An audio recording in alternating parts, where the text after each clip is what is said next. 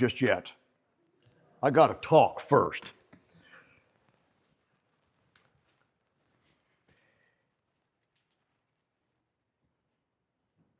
The first verse of this says, when Jesus saw the crowds, he went up the mountain, and after he sat down, the disciples came to him, and he began to speak and taught them.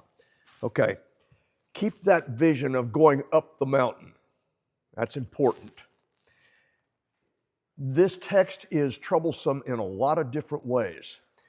Over the years, the church has tried to spiritualize it and make it so we don't really have to follow these rules for daily life. We look back and try to figure out exactly what in here are the words of Jesus. Because let's face it, nobody had a phone recorder in those days, so we don't really know.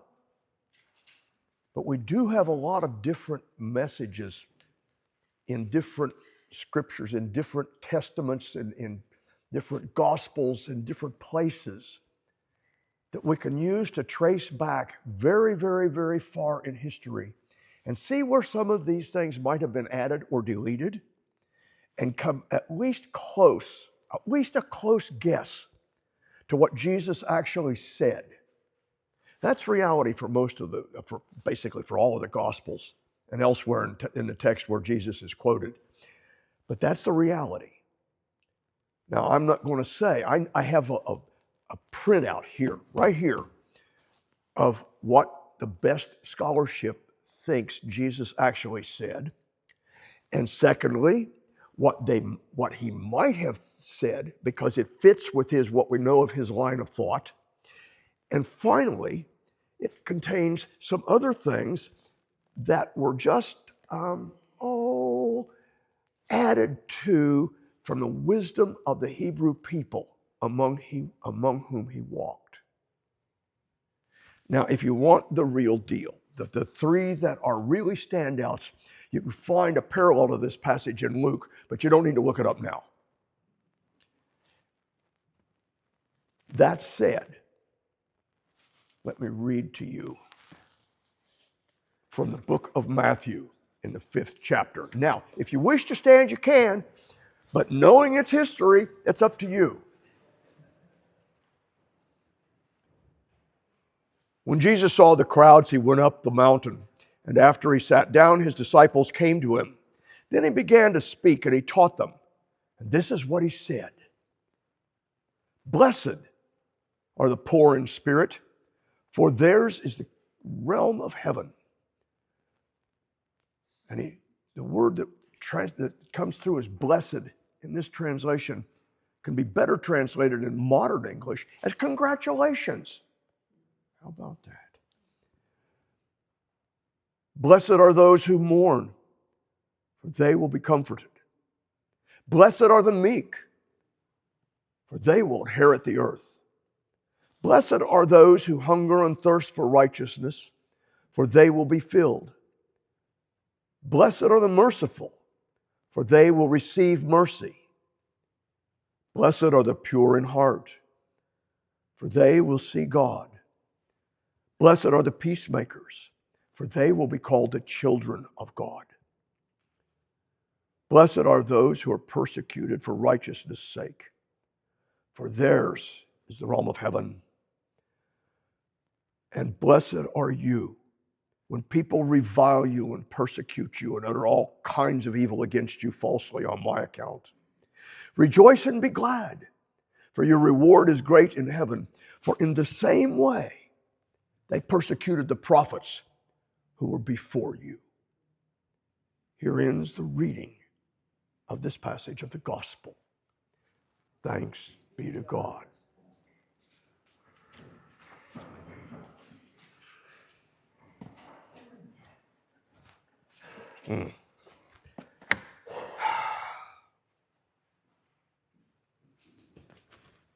Now we're going to see if this really works.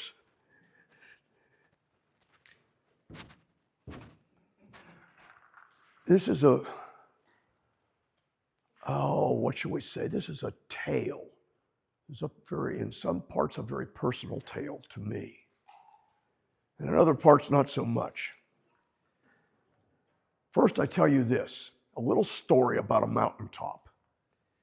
Long time ago, I went on a trip with a group of church people, some clergy, some not. And we went from the sparkling Queen City to no man's land in the Grand Tetons in Wyoming. And what we were there to do was to climb a mountain. Actually, a whole series of mountains. We had our group, we had a guide, and we had our group leader that brought us all the way from the Queen City into the middle of nowhere, where we ate in a restaurant and there was nothing around the restaurant for 50 miles in any direction. But it was good. And we started up the mountain. It was backpacking. Okay? We had to have enough stuff in our backpacks to get us through 3 or 4 days after we got up there and before we could come back down. We got up there just fine. And then we were warned after we got up there, look around you. And we looked around and there's all these mountains all the way around. It was known as a cirque, or a circle in the mountains. We were up somewhere around 11,000 feet. And the mountain still soared above us.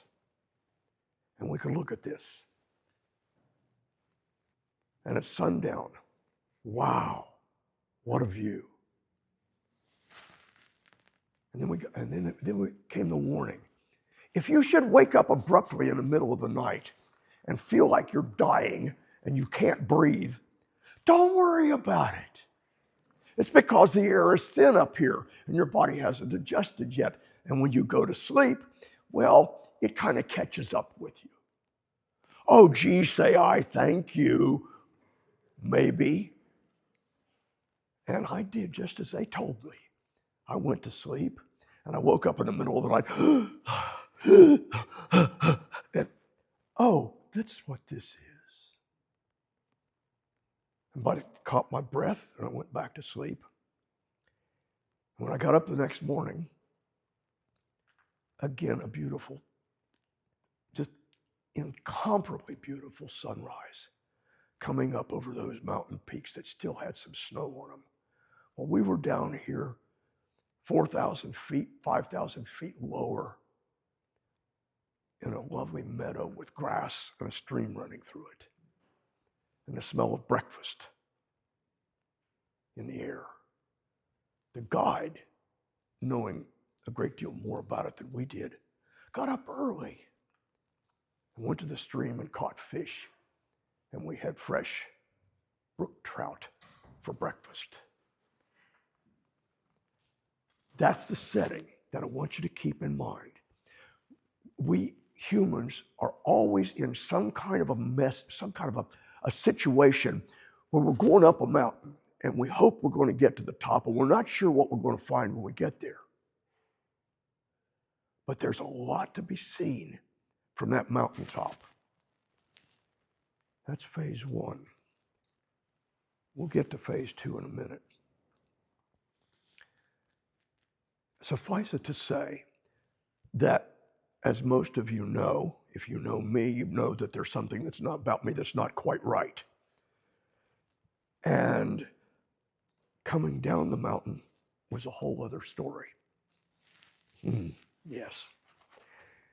Anyway, Jesus has taken the people up the mountain, it says. I don't think there are any mountains in that part of the world that would take you to 11,000 feet.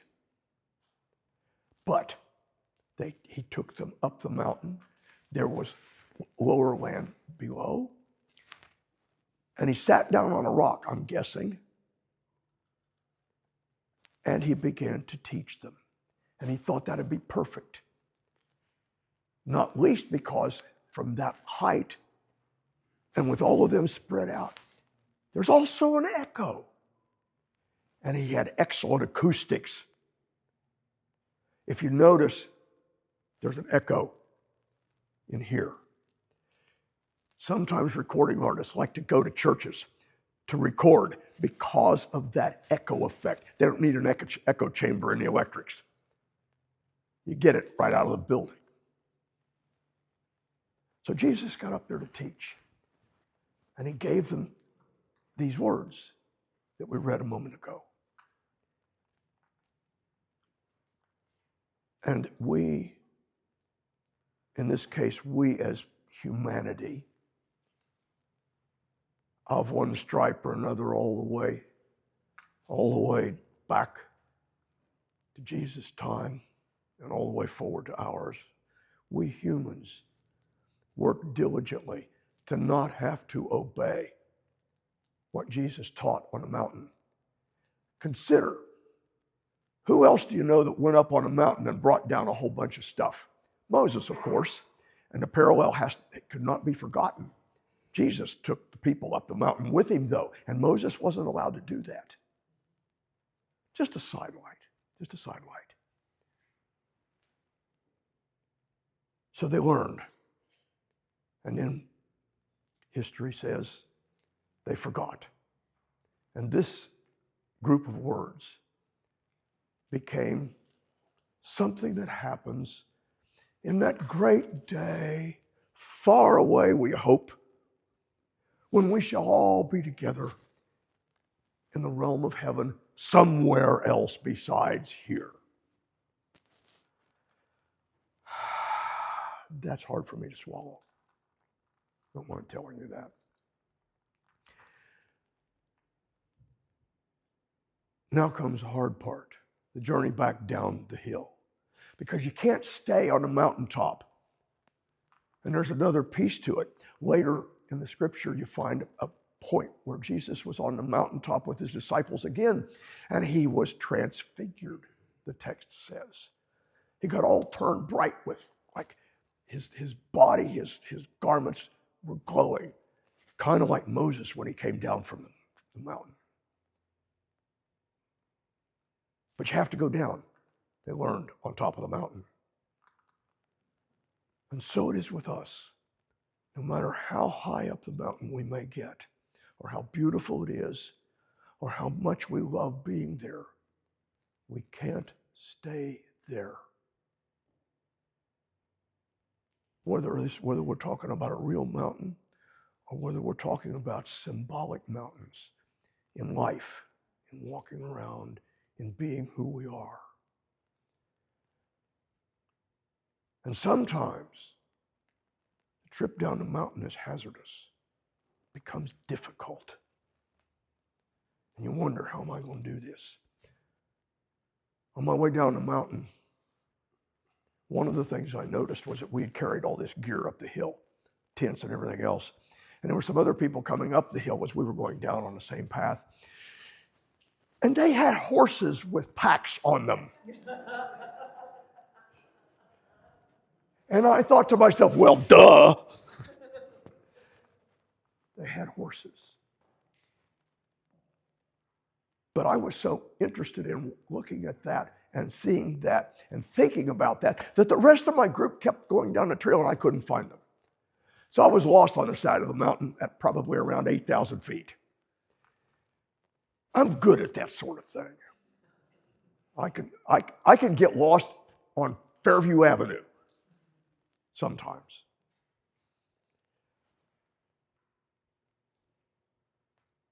I got off the trail and I thought, oh, I won't tell you exactly what I said. You can guess. See, that's where the sermon topic comes from this morning, the title of this thing. What the blank? You fill in your own blank, okay? We all know a whole slew of words that will fit in that blank in different situations. What the? Monkeys say no evil. Ultimately, I found the creek that had flowed through the mountains. And I fought my way through the brush and the trees and across the thing 3 or 4 times on a tree and found my way to the bottom, at the bottom of the trail, at the trailhead. And I was only about 20 minutes late, but the leader of our group was running around. He didn't know what to do. He was scared to death. He thought, oh, something ate him. Well, no, nothing ate me, obviously. There's another side story to why he would have felt so guilty had something happened to me, but that's for another day. Anyway, we go down. And sometimes on the way down, there's a place where you can stop and rest. And sometimes you get to the bottom, and you just want to sit down. And then you look around and you realize that you're still part way up the mountain and you haven't finished yet. So what then?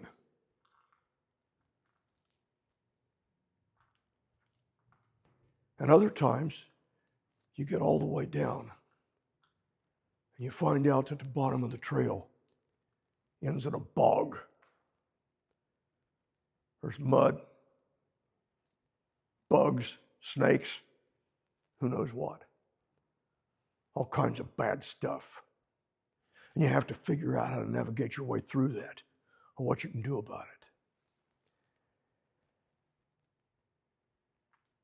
What got me to thinking in this vein was being aware of what's going on around me and listening, unfortunately, to the news.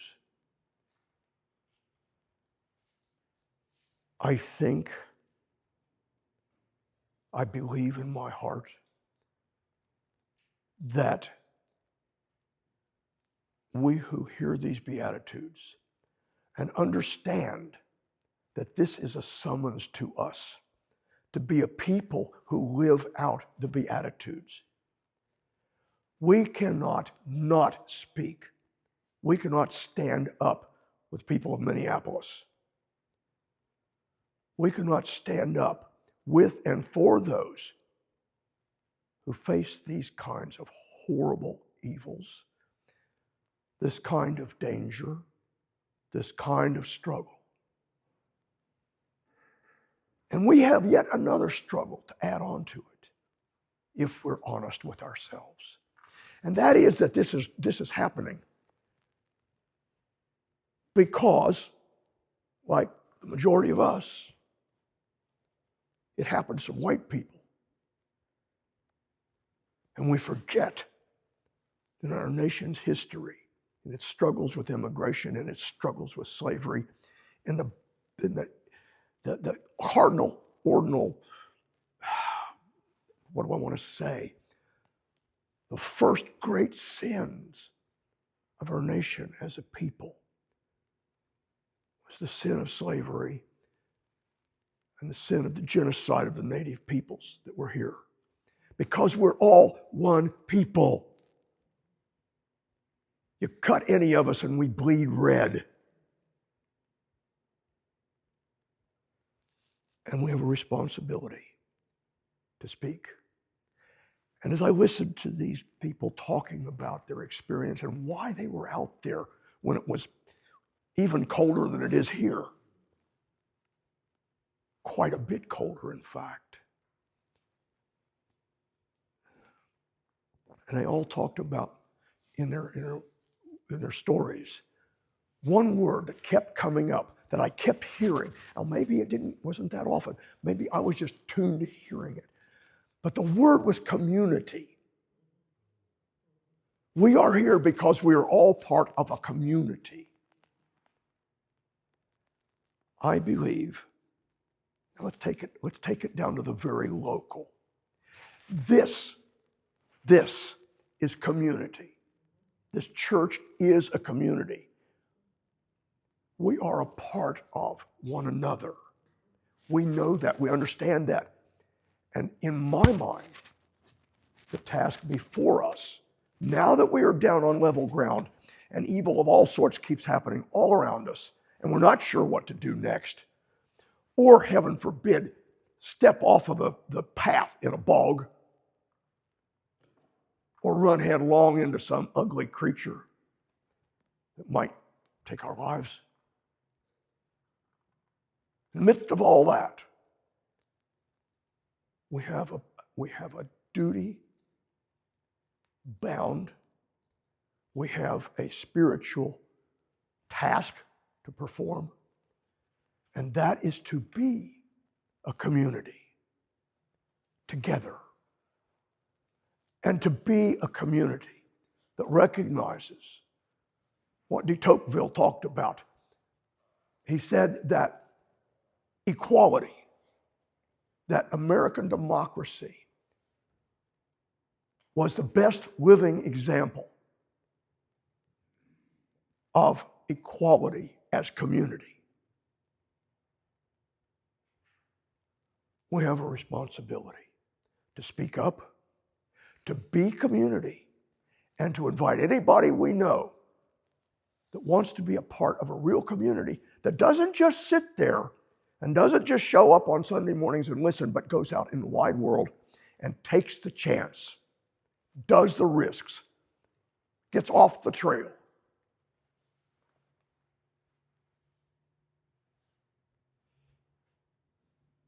That's the task. That's what I think we're called to do and to be. There are all kinds of different ways of doing that. Some of the ways that I did it many years ago, I can no longer do. Just, if I do, the body says, "You want me to what?" But there's that responsibility. There's the tasks that we can do. Whatever our limitations, there are things that we can do. We can be community. We can gather here on Sunday mornings and proclaim to whoever wants to come in that we are a community, that we believe in equality, that we believe in human response, that we believe in the humanness of each and every person, regardless, as the saying goes, of race, creed, or color. Doesn't matter, because we're all red inside.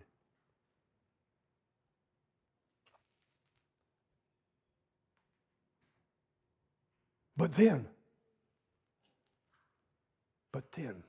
there is this. We're now at probably one of the deepest points our nation has ever been in. Believe me, it was far worse for others than other times. But we're heirs to a nation that tends to do this. Up the mountain, down the mountain, up the mountain, fall off the top of the mountain. The Great Civil War was probably our deepest point. This one's not good. There's all kinds of awful stuff going on. And people that say things and do things that we find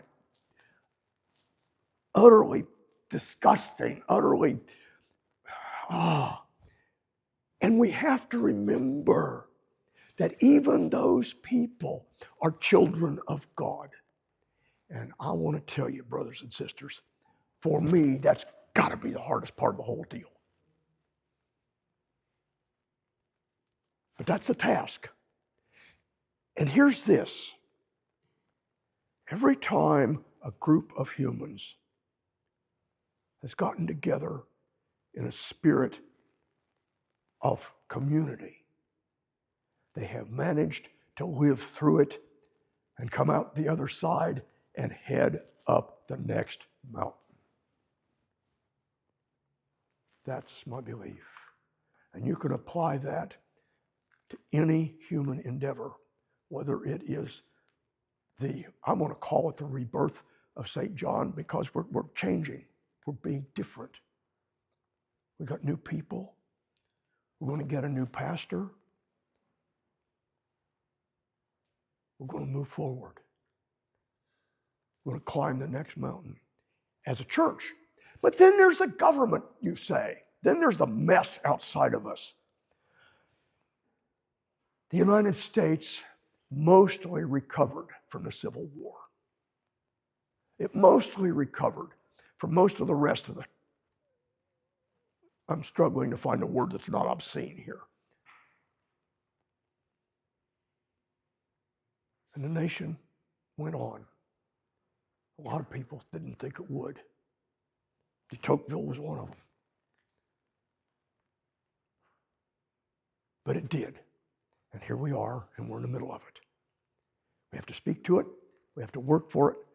We have to keep on building our own community, because none of us is strong enough to do much of anything alone in today's world. But here we are. We are a community. Closing thought. Jesus changed the world with 12, and one was lost. Amen.